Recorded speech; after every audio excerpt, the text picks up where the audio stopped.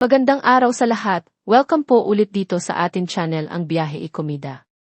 Punta tayo sa atin topic.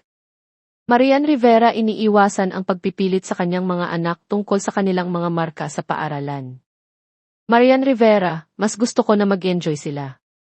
Tipikal sa karamihan ng mga magulang na umasa na mataas ang grades ng kanilang mga anak sa paaralan. Ang celebrity mom na si Marian Rivera, na ang dalawang anak na sina Zia, 8 at Sixto, 5, ay nasa school age, ay hindi isa sa mga iyon. Tulad ng sinabi niya sa press sa isang kaganapan kamakailan, ang tanging pag-asa ni Marian ay palaging para sa kanyang mga anak na tamasahin ang kanilang karanasan sa paaralan at bumuo ng mga pagkakaibigan sa yugtong ito sa kanilang buhay. Marian said, "Reminders ko palagi sa kanila, actually, mas gusto ko na in-enjoy nila yung ginagawa nila sa school. More than yung isipin yung mga grades or something, mas gusto ko na mag-i-enjoy sila."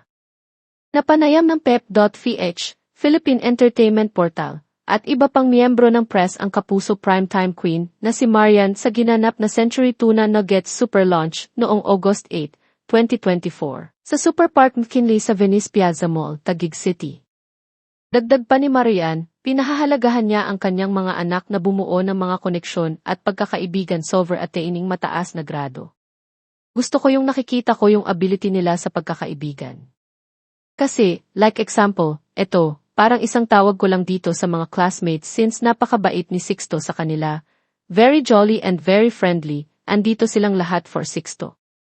Sabi ko, ay proud ako sa anak ko. Tulad ng maraming magulang, araw-araw na hinaharap ni Marian ang hamon na ihanda ang baon ng kanyang mga anak para sa pag-aaral. Luckily for her, hindi fussy eaters ang mga anak niya. Bukod dito, pagdating sa healthy eating, magandang halimbawa sila ni Dingdong sa kanilang mga anak. Sabi ni Marian sa press, "To begin with, healthy eating talaga kami mag-asawa. So, lucky us, na hindi kami nahirapan sa mga bata pakainin ng healthy.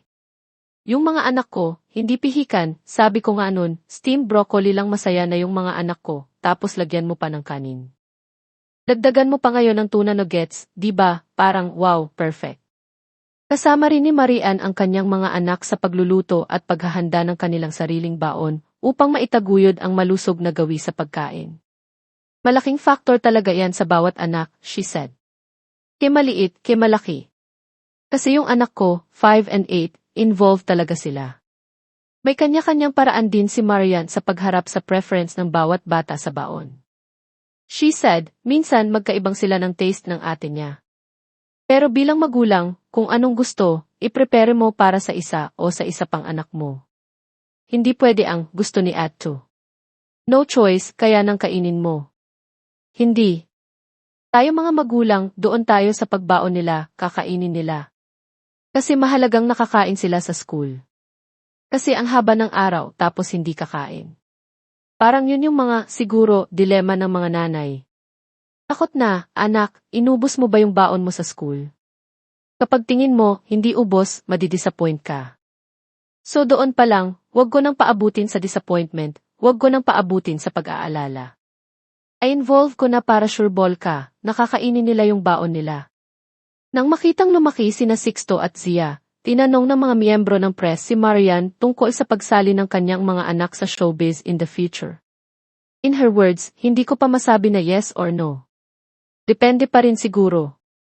Kasi siguro, like si Zia, more on singing and playing instruments. Si Sixto, more on soccer. So hindi ko pa masabi.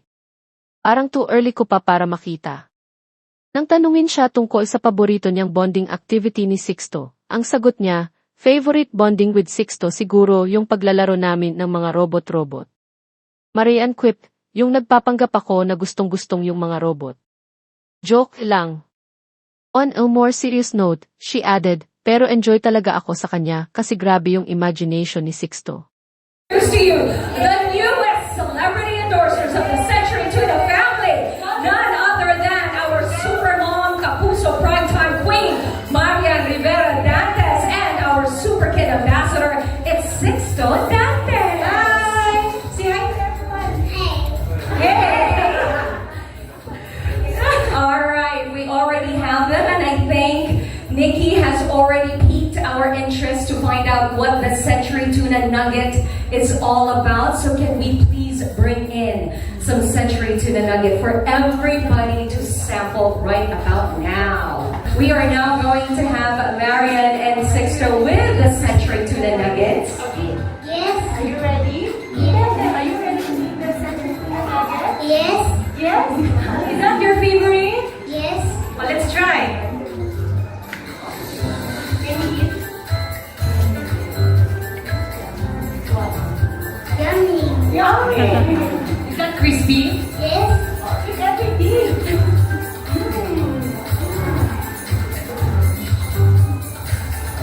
Sige, ubusin mo yan. Favorite kasi talaga niya. Okay, Six, thank you. You can play now. Say bye to everyone muna. At yan ang ating latest showbiz chika update for today. Huwag kalimutan mag-subscribe. Click the notification bell for more showbiz chika updates. Like and share the video at pakisuportahan po ang ating Facebook page. Maraming salamat sa lahat ng nag-subscribe, indeed. Magandang buhay sa lahat, paalam.